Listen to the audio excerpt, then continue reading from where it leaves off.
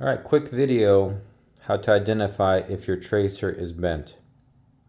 I mean, yes, you can look at it, but a good tip is take a good drill with a chuck, okay?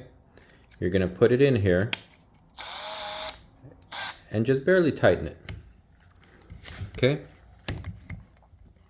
And so what you're gonna look for, when I spin it, you see how that is wobbling? That is a bent tracer. Just nice and slow speed. See how that's wobbling? See how this shaft is going straight? Okay, so what you can do is, depending which way you think is bent, you're gonna do this lightly.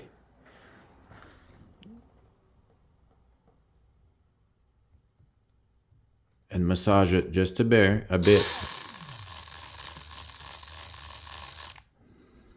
Okay.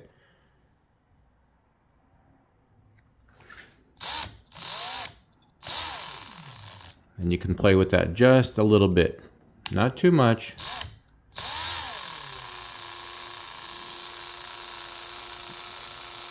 See, it's better. And then you would recalibrate the machine. It's a little off, so I'm going to play with it, but that's how you would do that, okay?